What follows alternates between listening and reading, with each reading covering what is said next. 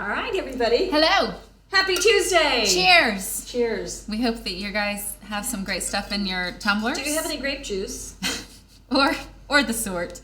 Welcome to Studio R12 Stencils Live Q&A. We do this every Tuesday at 12 p.m. Eastern. This is Patty. I'm Patty. This is not Patty. This is Kari. And I am Kari. And we are here to talk to you about all things stencils and crafting and DIY and answering your questions and helping you out in doing live tutorials and tricks and tips and all the good things. So let's get started. Let me make sure our audio is good. Yeah, and while she's doing that, this week we are going to show you how to fix things. So how to fix all your stenciling mistakes. Not all of them, just the bleeding under mistakes. We've got 5 tips for fixing your bleeding under your stencil mistakes if you're not fixing it with the dome brushes already. Right. And a bonus. We have a bonus. And there's too. a bonus tip at the end. Want to so you make want to sure. stick around all the way to the end. Make sure to like, share, and comment. We've got some prizes. Kari's going to tell us about. Yes, we do have some prizes. I'll go ahead and tell you about our prizes now. So I'm going to put this in the comments, and I think I can maybe pin a comment to the top, so I'll do that.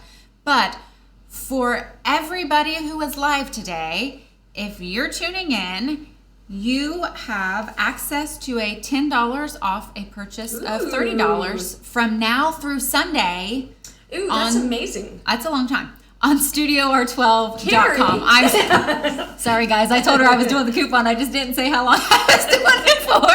That's a really good deal. It's a really good deal. So we're doing $10 off $30, and it's going to be code FB for Facebook, FB10, and I'll put it in the comments. And so that's our giveaway today. So that's cool. That's not just a couple of people are going to win. Everybody wins. Everybody who is on today can win today. And then we do have a grand prize. Ooh, that's a big grand prize. I already see it coming. It's a big grand prize. It is a huge stencil set. And these are all fun background stencils, pattern stencils. We have stars. We have chevron. We have chicken wire. And chicken wire. I think this is a... One more time. Chicken wire. I wish we could do, like, when we send this out, we could have audio that goes with it. Wouldn't that be fun? So we're going to send this out. I think it's $130 I think value. It's at least that, yeah. So like and share and comment to be entered to win this. We will announce this on Tuesday after 1 p.m. Yeah, hang on to that for a second. This is the big version of this one that we show all the time. So this is the 6x6 and these are the 4x4. Both are amazing, and it's so neat that they're on like a little fan deck. It makes it really easy to find what you're looking for. Yes, and a couple things really quick. Be sure that if you are not already subscribed to our YouTube channel, that you go ahead and do that, especially before the next couple weeks. We have some really great stuff coming. We have maybe more stuff than we typically post. Ooh, maybe some surprises. But last week, we released our Hugs and Kisses Valentine's Day books. These are Dollar Tree books that were $1 each, and then some trim we had laying around. We did some plaster on the spine to hide the little embossed title, and then we show you how to use the alphabet stencils. Yeah. So it's a really good, quick lesson, really easy, and it's a cheap way to make some cute gifts.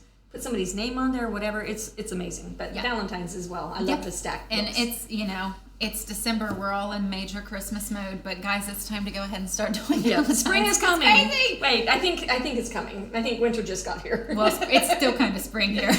Yeah. So we're doing a roller coaster weather pattern. And so we have, I think today we were 29 in the beginning and then 60 at the end of the day. So it's nuts. And would you like to show them what's being released on this Saturday? Okay, so we all know that in Frozen, they had a little snowman named Olaf. Well, we can't use Olaf, but his cousin Charlie this is next week's. This is this weekend. This weekend on Saturday. On Saturday. Saturday morning on YouTube. And this is Charlie the Snowman. Isn't he adorable? He is so cute, guys. Super cute. Such great things that you're going to learn. So many lessons. I'm going to show you how to make a highlighting effect. You able to see that, Rusty? I'm going to show you how to do the highlighting effect. I'm going to show you how to get this glazing. I'm going to show you how to make this snowy texture. You guys have asked about this a lot. Yeah. Which brush will do that, how to get a little shading on the other things. One thing I'm really good about doing is using dome brushes to do all these weird techniques. Right. You're going to want to know how to do them so that you can emboss and embellish your projects. So stay tuned for Charlie the Snowman. You're going to love them. And we have a couple new stencils being released with this. Yeah, the faces. You guys, we didn't have a snowman. Like, we had a snowman face, but it was a teeny tiny. Yeah, so now we have we have a bunch of sizes. We are this week getting ready to release all kinds of sizes of snowman faces. I think it's like... And a bunch of different expressions too, two right? different. We have facing, like, I don't know, the nose is a little bit different in them. So, yeah.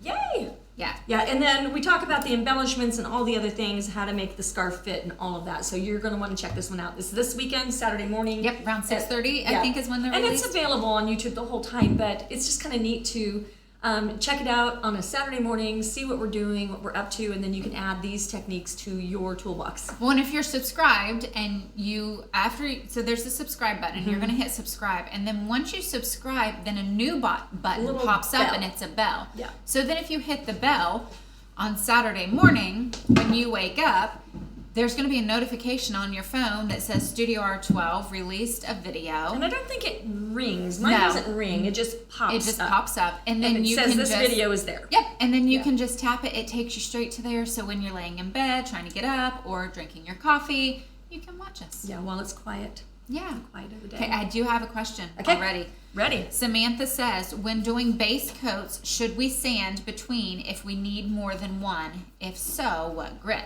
Okay. Very interesting question because that's what I just did. I got my board ready today and it's just a basic gray. And when I did this, it was so rough. There's a little bit of sealer in your paint. So the sealer is like sealing in the thing and it does raise the grain. And so I pop over to my 120 grit and it's the really smooth one. The 60 grit is like really rough. You can hear the difference. And then I just, without any pressure, using this, tell me the name. Sanding block, thank you. Just go across it, really easy, no weight, no pain, no fuss, none of that stuff. So that is 120 grit, is what you'd use. Okay, we're good. Let's get started with 5 ways to What's our first one? 5 ways to fix things, and number 1 is water. Okay, so we're gonna go to water. I've got a basic gray board. I've got the hardest thing about today is me trying to make it bleed under enough to show you how to fix the mistakes because I've worked so hard to not bleed under. Okay, so the number 1 way is to use the right applicator, but we've talked about that a million times, so we're gonna use our applicator incorrectly. This is not how you use a dome brush. I almost feel like I shouldn't disgrace the dome brush by doing it wrong. Do as we say and not as we do. Yeah, so normally your dry paint, your dry brush, and you're drying it on the paper towel. Okay, so that's how you normally would do it. But a lot of people, and I've seen this one done on people who have DIY channels, they scoop up some paint and they go like right here and they start doing this number. Okay, and let's see what that gives us. Okay. Okay, and we've actually seen that on YouTube channels. Like this is like, yeah, way more times. Steve said, and it's common. Okay, so say you've done this and you're not using a dome brush, so you get perfect no bleed under things. If you have done this and you lift it up, be a peeker. You want to peek underneath your stencil in real time. So you can take a sponge. This is a water technique, but I'm going to use it with a sponge and without. You can take your clean bottle of water and you can spray that if you want to. My sponge is dry, so I want to wet that. And I can just go in there and I can just wipe that off. Okay, now this works if you're doing it in real time. Yes. So if you wait, you're going to regret it. Okay? And also, if you blow dry, when you blow dry, it seals it. And I had that happen to me the other day, and I went back and tried to use water and erase, and it would not come off. So let's do it again. And let's use the same applicator. Okay. And we'll get that on there. And I won't be quite so mean about it.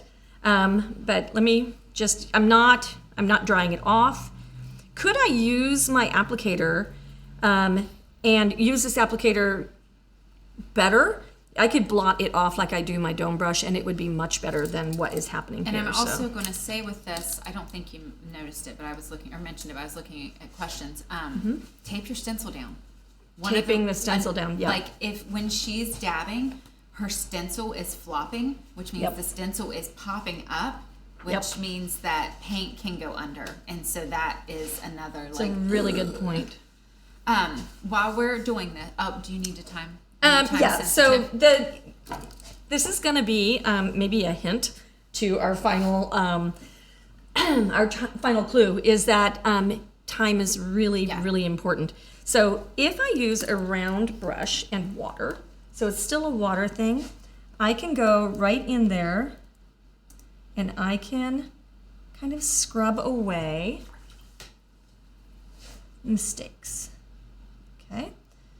So that's a water trick. So see how that side's soft and that side's not. Now it's still got a little faded line there, so that's not my favorite technique, but it is definitely something that you can use to mitigate some of the errors and some of that stuff. So I'm going to go with my water again. Yes, ma'am. So with the round brush, if you notice it too late, you can also use the round brush. Yes, absolutely. So what you can do, let me show you one of those. I wish I had a dry one. Let this dry for I have a question. Yeah. Kelly said, I would like to try to stencil on slate. Okay. What preparation and sealing product should I use? Yeah, so Kelly, you would want to use an all-purpose sealer, multi-purpose sealer. Deco Art makes a good one. So there's a whole lot of products. I'm going to say this.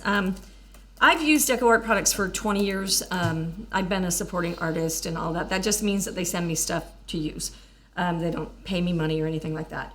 But their products have really worked forever. And then I find that if I have to buy these really big, like Minwax products, I'm not against Minwax. We use many of their things. But if I'm doing it in these half-gallon or quart-sized things and stuff like that, it's a lot of money.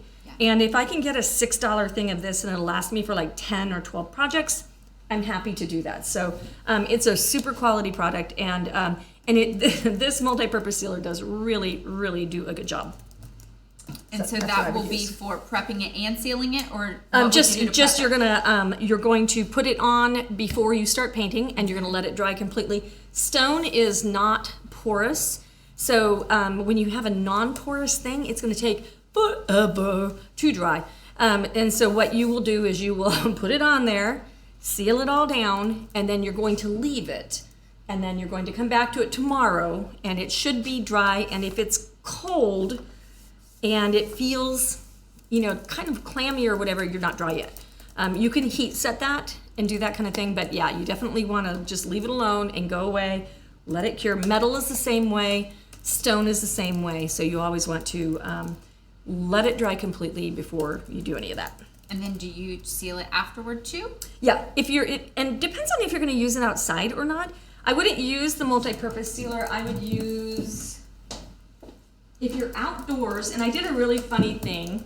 I was doing stepping stones, and this is the DuraClear matte varnish, and it's a polyurethane, so that means it's non-yellowing and all that kind of stuff. So that's really a good thing. It's good for outdoors. So I did my stepping stone, and I did like a satin varnish on top of it. And then I walked outside and the sun hit the stone and it hit my eyes and I was blinded and I couldn't tell what the art was on there. So if you're outdoors, always make sure you're matte varnish, always matte outdoors. And I think right now we're really in a matte varnish kind of world. I agree. Farmhouse styles, boho styles, all that kind of stuff. But if you want a little bit of sheen, like that indicates like maybe quality, you could go in with a wax over the top of your polyurethane, and that'll give it a warmth and just a glow without being a shine. So those are some neat tips. And if you like these tips, make sure you're sharing. Give us some hearts, give us some thumbs ups, do the things. Yes, and don't forget, if you're not already on our newsletter, go to studioart12.com and you'll get a pop-up wheel, and you can spin the wheel into your email address and get on our newsletters. That is where we announce our sales. We don't post about our sales on social media just because that's not what you're here for. We're here to have a conversation with you. You know? But once you've already spun the wheel, you can't spin the wheel again. The wheel gives you a discount potentially from the get-go. But we send out newsletters 6 days a week, and they are chock full of education, videos, tips, tricks, pictures, releases, anytime we release new stencils. So it's really an extension and a little more in depth even than our Facebook page. Yeah, Facebook is only as good as Facebook decides what you see, you know, and I'm not knocking that. That's what their model is. But if you are a stencil fan, as I'm sure if you're here today, right now, I'm sure you are a stencil fan. If you're like me, then you're going to want to know everything about what we're doing. And the way you do that is to go sign up for the newsletter, and that will give you the everything of what we're doing, and it will just educate you and make it easier to do your fan stuff, which is stenciling and DIY. Yep. Okay, I was going to show the brush. Number 2. We're back. We're on number 2, and we're doing the round brush and not water.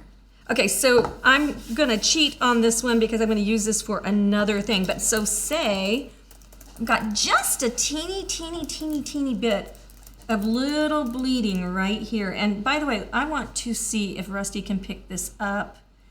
I have a hair that is loose over here on my round brush.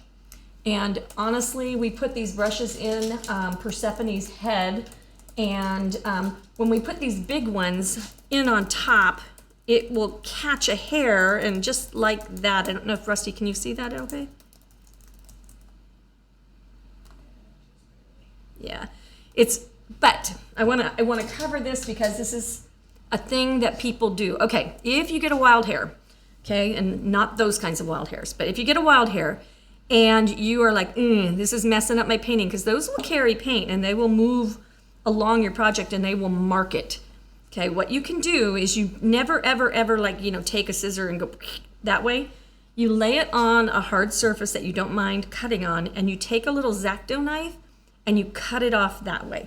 So never, ever, ever, ever try to take your scissors, because you're going to leave like a lumpy piece, and you just want to get it shaved off right at the root. So if you ever do get that, just be calm and go get your X-Acto knife, okay?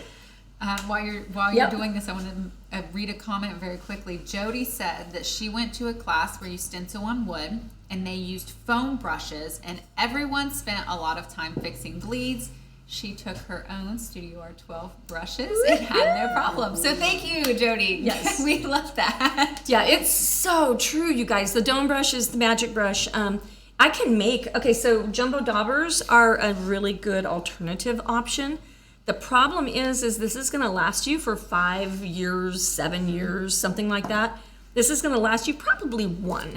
And I want to say, I don't know what the price is, but $2.99, $1.99, something like that. They may have gone up. It's been a while since I priced them. $327. Okay, so your $327 going to last you about a year, which is a lot of projects. That's fine. And we're using it for our stick and restick a lot. You do not want to stick and restick with this brush, because you'll glom it on there and it won't dry and it'll be weird. And also any 3D cutouts. The snowflakes. We just did it on him, Charlie, the snowman. Okay, so it allows you to paint without going over the edges. So these are awesome. You can use these, but this is going to last you a long time and do all the things. If you want to fix something, and I think this is white. Okay, I'm gonna load a little bit of paint in my brush and belch just for everybody's entertainment. You're welcome.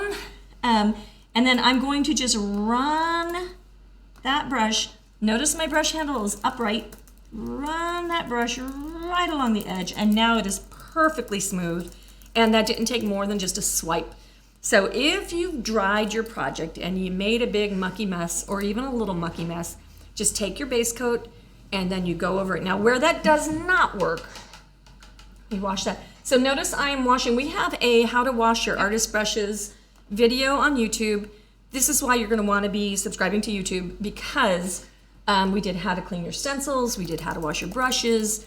We're doing like all the technique things that you're going to want to know about. I'm going to stuff that brush right back in Persephone's head and probably damage it again. This is a really bad example of what you should be doing with your brushes. You should not put big heavy brushes next to fine little ones. So get a better thing than this. This just makes it easier for us on camera. Okay, where are we? Oh, how to fix your backgrounds, right? What if I have done all of this work to get that snowy background, okay? Like I've done so much work, I got this beautiful texture, and I stencil and I bleed, and now if I run a brush along the edge, it's gonna show that it's a brush on the edge, so that's not gonna work. So what I would do in this case, I'm gonna bring him forward. Come on, Charlie. Okay. If, get Charlie up here. I almost took out the set. Okay, so say I messed up right here in his face, okay? That's a really important place. I don't want to have that be bleeding under and messy and all that kind of stuff. First, I would take my water. I would clean it up as much as I could. If it's just one, just get one cleaned up. But I would go back with my base coat and stipple it the same technique that I used to create the snow, and then bring the next one over the top and just patch it that way. And then you can stipple around with the white to kind of diffuse it. So you can go and you can make some fixes to things. So just be aware if you have busyness in the background. The one we did yesterday on the glove, we have a mitten project coming up. Oh, it's so cute. Yeah, and that's the Christmas release, right? Yes. Oh, I'm not supposed to. Shh. Okay, you guys got a sneak peek. You got a sneak. Well, you didn't get a sneak peek, but you got a sneak. You got earful. Yeah. Spoiler alert. I'm sorry. You don't know what's on the thing. Shh. Let's just quit talking. Okay. Anyway, there are things going on in the background.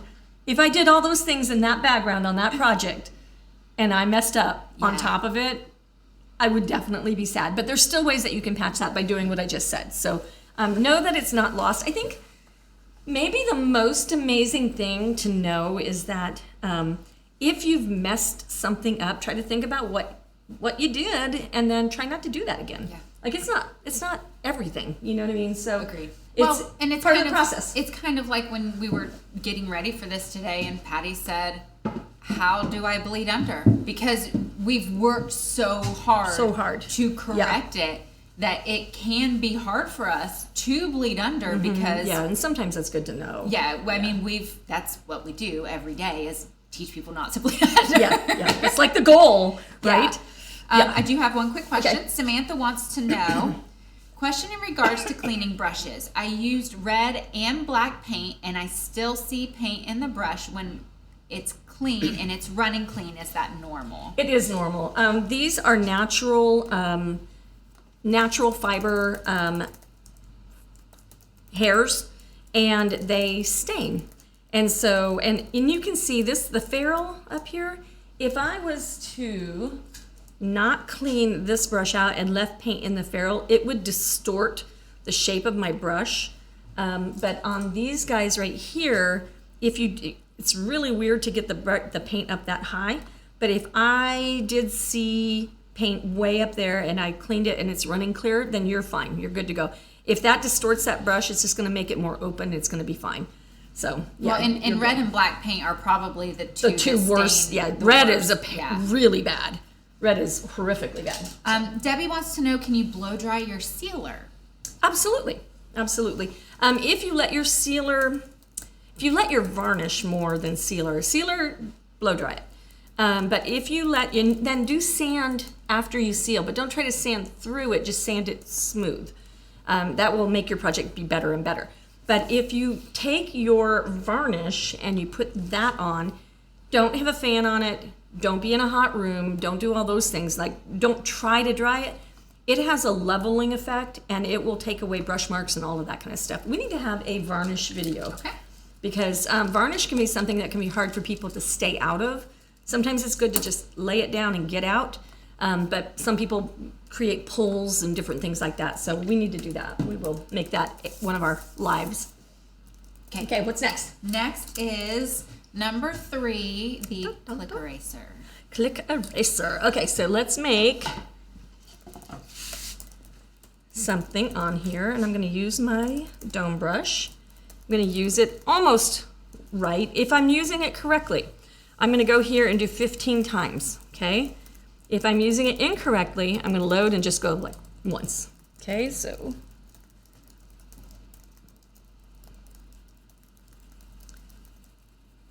I'm trying to make this bleed under, so let's see if I'm good at it. And lay him there. Be a peeker. And I'm really terrible about bleeding under. Okay, crud. All right, let's do it again. Dun, dun, dun. Water is an eraser.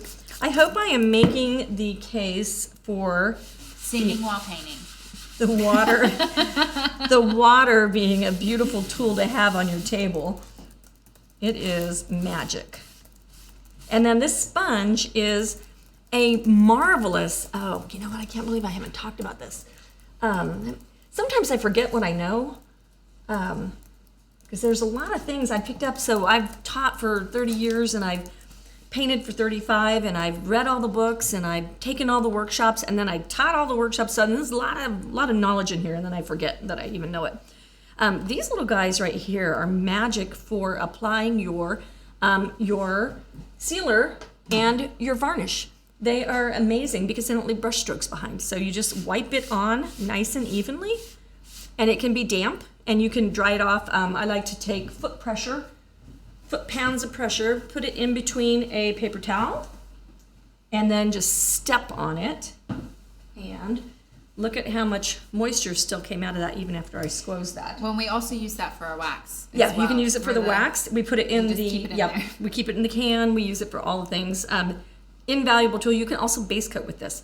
So instead of the roller, you can do that. You can put it in the baggie, all the things. And I think I'll look. It's cheap. It's on our website. It's really cheap. Peggy wants to know, how many coats would you need for an outdoor project? For the varnish? Yeah, for varnish, I'd at least do 2. That way you get everything covered. And you can sand lightly between your varnish as well, in case anybody wants to know about that. So the sponge that you just showed is $1.59. $1.59. So magic tool, $1.59. Yay! Oh, happy day, right? Okay, so I'm going to not wipe off on my paper towel and hope that that does what I'm supposed to do. If I had water on this, it would probably really do it. No bleeding under. A little bit in the O. Okay, oh, thank gosh. Okay, yes, victory, I bled under my stencil. You guys, so why didn't that bleed under when I didn't wipe it off? That's a really good question. I'm glad you asked. Because, right? So the reason that did not bleed under when I didn't wipe it off, I don't know, Rusty, can you get in really close on this and see how heavy and thick that is? Hold it up to him. Okay. All right. Can we see it? Yeah. Okay, it's thick. Like, it base coated black in like one coat right there.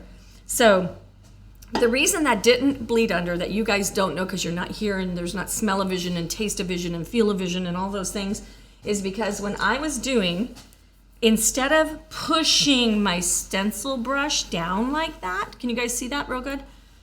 See how that's just shoving the brush head around? Instead of doing that, instead of doing this, see how that splays out?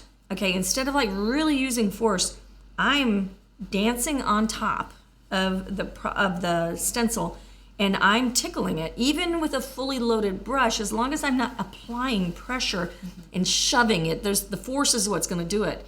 So if you back off of the force and you just let the brush weight do its job, you're going to be great in golden. You're probably going to make way fewer bleed under mistakes. Okay. Kat asks, can you use stencils on glass bottles? Are they flexible enough to be able to tape down on a round glass bottle?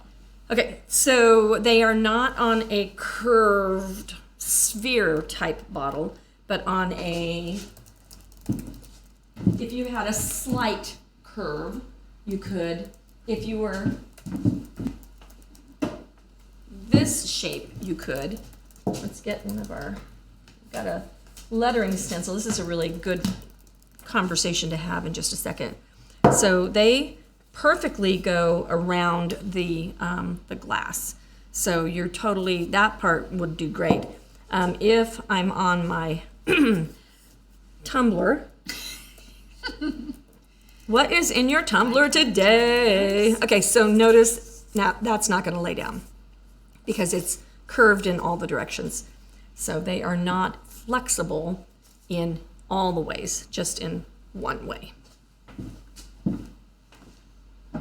Okay, so this is just, pretend like I just got this done, and I've got this little bleeding under right there, the clic eraser. Doo, doo, doo. Love the sound. I don't know why it's satisfying to me, but it is. You can take it and you can dip it in water. This works if your paint is about 5 minutes dry. So you see something and you're like, oh, I wish I would have got that. And this is not completely dry. It might smudge a little bit. So come down here and you're just going to erase to either side. I've got a little bit too much water on there. To either side.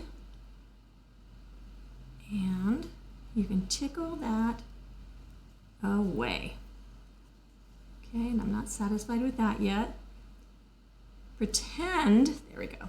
I'm gonna let that dry for a second and brush it away. So that took the bleeding away. Pretend like you want to have an edge on this. You can take and you can use your sanding disc and just sand that puppy flat again. And so that way you can manipulate that you have an edge that's sharp. Because you really do want a sharp edge. And a question that we get a lot about these, can you use any type of, can you use a pencil eraser? Can't use a pencil eraser for this. Pencil erasers are hard. And this is like really, really, really hard. It needs to be a PVC eraser. So this is made out of a PVC plastic, and it is just brilliant for erasing paint mistakes. You don't have to just use it for stenciling mistakes. You can use it for any painting mistake. Debbie asked, should you lay your brushes flat to dry? You know, I do. Okay, so I'm going to lie to you and then I'm going to tell you the truth. Okay, if I was doing it at my studio, they would all go right into my brush holder. I would not lay them flat. And that's 30 years of painting stuff. Here in this studio, they go into a, because we use them in such volume, they go into a dish drying rack, you know, one of the plastic ones from Walmart or wherever. And they just go in there flat. And because it's got a lot of holes and stuff like that, it gets more air. And so it makes it easier for them to dry. They would, if I did them this tight at my studio, it would keep all the water in and then I'd have other problems. So here I do, at home I don't, but I have, my brushes are organized by rounds, flats, different things like that in a little, I should bring my brush thing in here one time and show, but I'm going to have to make sure that we have some because I think people are going to be like crazy about it. I think so. But yeah, I've got a specific bin and it has worked for me for a long time. So I'm not really lying. I'm just like, sure, flat's good, but if you don't have too many, but then if they're sloppy, Persephone's been gaining weight. If they're super, let's take some of this stuff out. Okay, so if they're super sloppy and they start leaning on each other, then that's not a really good way to dry your brushes. Oh, hey, look. Upside down is a really not good way to dry your brushes. I'm not sure even how that happened. But yeah, you would definitely, if there's, if I was in like this size bucket with this many brushes, they'd lean. If they're leaning against the side of your brush basin, then that's going to misform them and it's going to be just a really yucky situation. So then drying them flat, laying down perfectly, a great, wonderful solution to that. So that's the, I don't know the answer for you because I don't know what's going on in your house answer. Okay, what do we got? Well, we have a bunch of questions. Okay, let's answer. Okay. Ellen asked, I just noticed on Charlie the edges of your board are not done. Do you finish them or leave them natural? Sue, on Charlie. Okay, so Charlie is a fun, different thing. If I was doing Charlie as a one-sided standing porch sign, okay, a leaner sign, all the names they have for it, I would finish his edges in the colors that had to do with where I was, like these would be snowy, this would be black, this would be black. If I'm going to do a two-sided, because he would be so cute to take this and turn him around and have another hat band going that way, and that would be your fall guy. So you can totally do this two-sided and then I might do these black all the way down. So yeah. I don't normally leave them the color. We do, I think it might be laziness. Well, it's just, we paint so much. Know. I mean, yeah. Normally we're doing at least probably 2 projects a week. Yeah, at least. And so just for our efficiency. Yeah. And we also use the backs of a lot of these boards. Yeah. And then we actually reuse the fronts of them too. If for samples, if we're doing samples and we need, a tall sign, the lumber prices, that actually was what started it. The lumber prices, I think one of those boards was like, $40 or $50 during last year. And we wanted to show examples and we wanted to show painting, but we didn't want to pay $50 a board. Thankfully, you can use, at home you have other options. You can use boards you have at home. You can use barnwood, and you can attach the back with some, and that's the other thing, is ours are plain flat. Yeah. If you're using multiple boards and you have a backer piece that's supporting, you are going to probably not paint the back of it because they've got that big lump of wood there. So then you'd finish it differently. It just depends. We also use our surfaces so much, not painting the sides gives us an opportunity. I think maybe that one. I think we did one side of it, but not both sides, because in the tutorial we were showing how to do it. Side. Yeah. So then when we use the other side to do another tutorial, we'll use the other side. So we try to show it. Now on my MDF boards, I try really hard, and I didn't try super hard here, to not make a mess on my edges. If I made a mess on my edges, what I would do, and my favorite fixer is this dauber. This dauber is so perfect for just daubing along, and because it's not wide and because it's not too flexible, it doesn't over the edge. So and you can also just kind of go smear and it'll take all the thing away, and that is a really neat trick, and it did smear the wood burn from the laser right on my little sponge there. So you can see that it doesn't like cup over the edge. So that's a really neat way to finish the little skinny edges. Glennis asked, have you ever used a razor to sand? I have never used it. No, I have not. How do you do this, Glennis? I want to know more.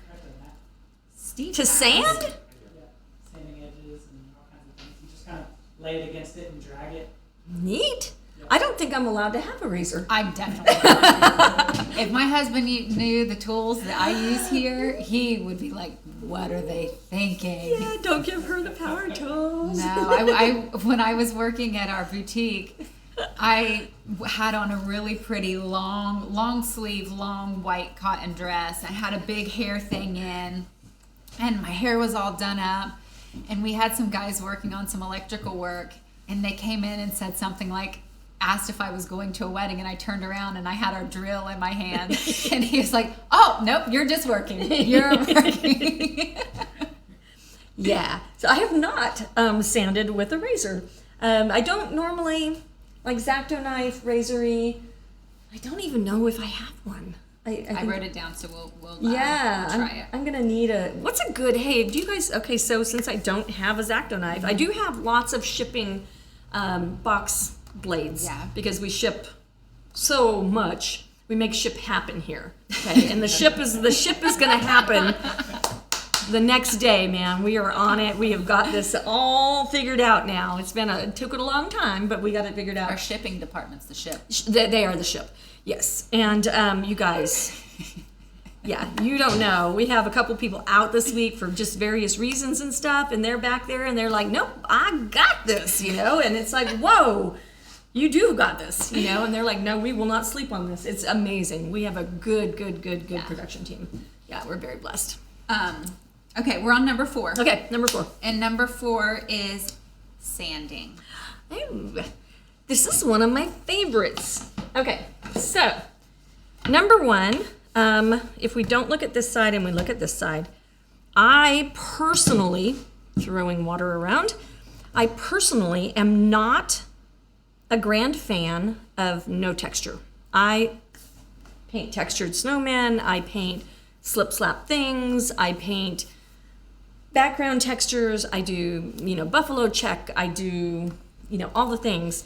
And so I, number 1, just don't really love super clean lines. I like authentic, I don't know if you're like me or whatever, but like if you like, wood textures and natural things and aged things, like so that's you can always my bag. tell what samples I painted versus what samples Patty painted. It's completely true. Yeah. Well, and sanding is scary. It is. Sanding is super terrifying. scary, but I call sanding my brush. So I call it a paintbrush. Mm-hmm. And so when you are looking at sanding something, you want to think of it like, number 1, don't go too hard, too fast. Kind of a little bit like dating, right? You want to just like go on the first date and see if you can have a conversation, and then you go further. So that's the first step is just a mild, hey, I smiled at you, and we're going to take this out of the dating thing. I think this could get wrong. Okay. Okay. Have some commitment, right? That's where we're going to end, right? Uh-huh. So anyway, so then I'm like, okay, so I'm liking what I'm seeing. Let's go further. And now I can dig out a little bit further. And then what that does, though, is it feathers all of your lines on your stencil. It knocks back the stenciling technique. This looks like it was painted, like 50 years ago, and it's had some weather and some time. This looks like it's brand new from the store. So I really, really, really appreciate getting some of that. And that will take your finer bleed unders out and away, and that will make your stenciling cleaner, but more natural, not natural, weathered, that kind of, whatever word you want to put in there, farmhousey, bohemian, any of those words. So yeah, sanding is an amazing way to fix littler mistakes, like the ones that I was fixing over there with the clic eraser. That's a really good time to just take your sander, and sometimes it doesn't take very much. No, it doesn't at all. Yeah.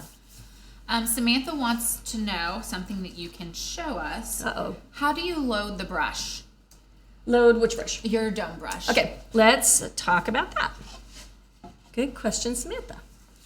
Okay, so when I'm going to go on the snow, can you catch that on there? Okay, and then I'm going to go over here. So let's go into this teal color. So I've got, go ahead. Okay, so I've got a dry brush, and I have dry paint, meaning there's no water in it. And then what I do is I go down here and I just pull a little bit of it out. And that's what I have. Okay? And then I come over here and I swirl the 15 times. What I don't do, okay, I think it's sometimes really valuable. If I'm on my hand and just looking at what I've just done, and I barely do any texture, you notice I can touch that right away and I'm not getting any residual paint off of my hand. Okay, so that's how dry that is. That's how dry you want it to be, because if you do the swirling with the minimal pressure and you do that with dry, you're not gonna make a mess, okay? And that's like, it can almost like basically guarantee it, like this is something that we do all day long, all the time, teach it everywhere across the country. This is what I know. What you don't want to do, okay, because contrast is everything, right, is you don't want to do this. Did you notice, I don't know if you caught it, but there's a big drippy glob that came over there, and then all of us impatient people in the universe are gonna come over here and they're gonna go one swirl, I dried it off, I'm good, and they're gonna go over here and they're gonna paint. And if you couple that with pushing and using hard pressure, now if I come over here, Rusty, you wanna catch this one? Now if I come over here, I'll do it right here, come over here, and I touch it, look what I did. So that's the difference in how you should do it and how you shouldn't do it. So that is really important. I'm gonna go to lunch with my hand like that. Hey, what are you guys eating for lunch today? We are gonna go to BW3's, Buffalo Wild Wings. So, all right, I guess they're eating lunch with us. They're eating lunch, yeah. Okay, Janet wants to ask, or Janet says, I have a hard time keeping my dome brushes dome shaped when cleaning them. Help! Help! I understand completely. So we have some overzealous, so just FYI, if you soak your brushes in the water for a long time, so over at our boutique, we have a lot of maybe more inexperienced teachers that, and we have, 25 people coming through at a time. They're using 25 brushes each, because they think that they need to, because they're just new at stenciling or whatever. They will leave these brushes in that water. It might be a couple hours or whatever. Sometimes I've been known to put them in the water and leave them there for a week. I think I did that last week. Actually, I went out of town. I forgot the brushes. They were on a thing, and I didn't remember to come back to get them, and so they stay. You can get this loosened, okay? If that happens to you, it doesn't happen very often. I'd say 2 out of 100. But if you get that loosened, you can pull it off, put some wood glue, push it back in, let it dry, and you're going to be good. But don't leave them soaking in here forever. But this brush is not clean, and it's very flat. It has a butch cut right there. It's just definitely a very flattened brush. So, do we have a... I can go get one. The grater? Yeah. I'll go get it. Yeah, Kari's going to go grab that ginger grater. The ginger grater is amazing. So one of the things that causes the brushes to get different shaped is just going straight across it over and over again. Being a lot of women, I don't know about men because I don't teach a lot of men to paint. A lot of people that are very clean, tidy, want to put the check in the box and all that kind of stuff are going to be like, I want to get that color out. I want to get the paint out. I want to clean my brush. I want to keep this as pristine as I can. They care, caring people. We're going to call this caring people. Okay, so somebody who really cares about this brush is going to think that if I go, I need a brush that's not hard. They're going to be like, let me go back and forth like this. Well, you can see what that's doing. It's just breaking off the ends of, these are natural bristles. It's breaking the ends off. So what I do when I clean my brushes is I go this way. And so I'm forming the brush, and I don't spend a lot of time, and I probably do 2 or 3 under running water, and then I squeeze it out to see if I've gotten clear running water, and then I put it over to the side flat and put that off to the side. So that's what is probably happening, is just overzealous. You just care too much, and so you just want to swirl a little bit more rather than, and if you do, then you can do it one side, change it over to the other side, and just rotate your brush. That way you keep it to a dome shape. And then if you are doing a really good job of keeping them flat, then maybe that means you're painting a lot, and we're super proud of you. Yes. Okay, so we need to do our number 5, which you kind of discussed with the snowman, and that is rebasing.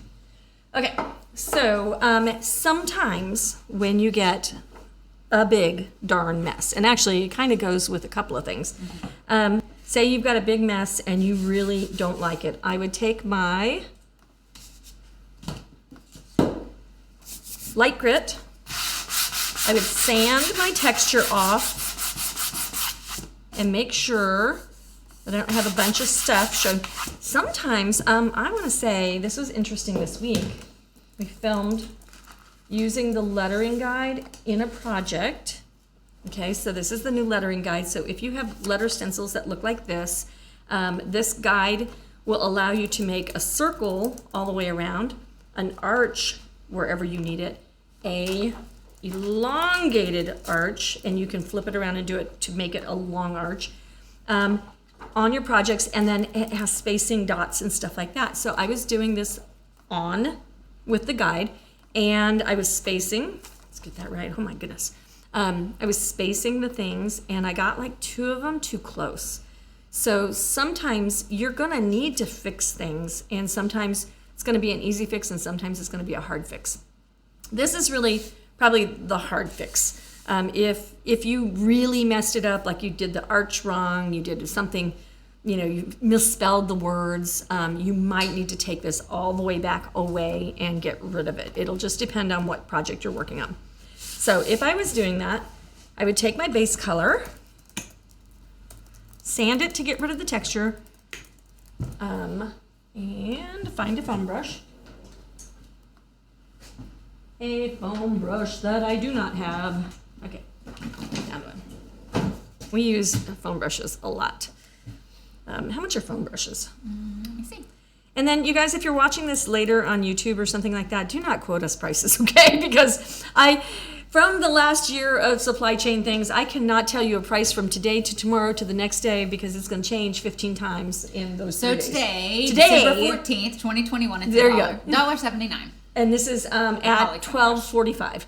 $12.49. $12.49, yes. So we'll just get that right. Okay, so then to do that, you're just going to go right back over the top, and you've sanded to take the texture away, and you'll feather it out, probably take 2 coats, and that is your number 5 way to fix it. Now, I am picking up some of my lettering texture. I didn't sand enough. So you could go with your rougher grit lightly, and then go to your smoother grit to definitely knock that back off. So what would I do if I saw that I didn't do that? I would get it dry, and I do the same thing that I just told you to do. Use a rougher grit and then a lighter grit, and that will take the mistake away, and then you can blow dry it, rebase it, and start over. Your wood is not ruined. I've taught so many people who are like, oh my God, I messed this thing up. Well, number 1, you learned. And number 2, the wood is not bad. So just sand through it. Get a portable, a hand sander if you want to, an electric one, and then just take it down and do it again. Have fun. Yeah. And then we do have, so we're like 66 comments behind. Oh God. Because we have had so many questions. So maybe tomorrow, if we can both convince ourselves to get ready for camera, or we might pop on again. That's a good idea. Just do a little bit more. But we do have a bonus, and we've talked about the bonus several times. And the bonus with this, guys, is time. Time. So let's talk about time for a hot second. So time, the longer you wait, and this is probably the best life lesson you probably ever hear from a DIY stencil company, but the longer you let something that bothers you fester, the longer it's going to dry and become a permanent part of your life, right? So if you have a mistake and you don't like it, and you just like look at it and but you don't want to know because you don't want to have to fix it, you don't want to do the thing, then it's going to dry, and then it's going to be there, and then you're going to have to sand, and you're going to have to base coat. Like, the best thing that you can do for yourself is you put it on there, lift it up, hate it, take your sponge, water bottle, wipe it away, and you're going to be fixed. And then you can start again right now, right fresh, without any irritation. I think that's like the secret to catching your mistakes, is just keep it fresh and don't let it dry on you. Don't let it become part of your project. Friends don't let friends bleed under. That's good. I think that's a really great way to end, guys. I think it is too. Don't forget to like, comment, and share to be entered to win the big prize, grand prize stencils. And then we also have FB10 is our code that you can get $10 off a $30 and that's like a purchase. Sale on anything you want in the store. Yeah, it's on the entire website. Yeah. Just put code FB10, and that's till Sunday. It's through Sunday. Ooh. I have it pinned to the top of this, so it's there for you. Awesome. You guys are great. Thank you for joining us. We appreciate you. And next Tuesday or tomorrow, maybe. Maybe tomorrow. Maybe you might tomorrow. see us tomorrow. Yeah, we'll see you then. Bye, guys.